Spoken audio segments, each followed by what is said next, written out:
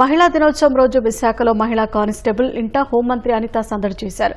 ఎంవీపీపీఎస్ పరిధిలో విధులు నిర్వహిస్తున్న మహిళా కానిస్టేబుల్ రేవతి ఇంటికెళ్లిన అనిత సీమంతం కార్యక్రమాన్ని నిర్వహించారు. హోంమంత్రి తన ఇంటికి వచ్చే కుటుంబ సభ్యులను మరిపించే విధంగా సీమంతం చేయడం పట్ల కానిస్టేబుల్ రేవతి ఒక్కసారిగా భావోద్వేగానికి గురయ్యారు. కానిస్టేబుల్ రేవతి ఆమె కుటుంబ సభ్యులు హోంమంత్రికి కృతజ్ఞతలు తెలిపారు. అయితే వైసీపీ అధికారంలో ఉన్నప్పుడు ఓ ఆందోళన కార్యక్రమానికి వెళ్తున్న అనితను కానిస్టేబుల్ రేవతి గృహ నిర్బంధం చేశారు. ఇప్పుడు హోంమంత్రి హోదాలో అదే మహిళా కానిస్టేబుల్ ఇంటికెళ్లిన అనిత ఆమెకు సీమంతం చేశారు. ఆ రోజు హౌస్ అరెస్ట్ వచ్చింది. ఈ రోజు నేను చక్కగా చేయడానికి వచ్చాను.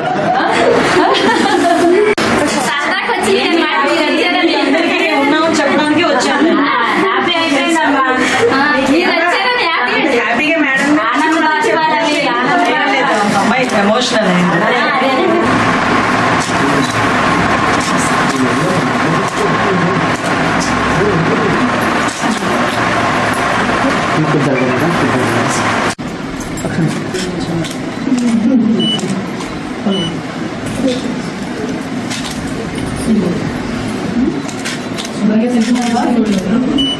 తినరు మేడం, అది చెప్పండి.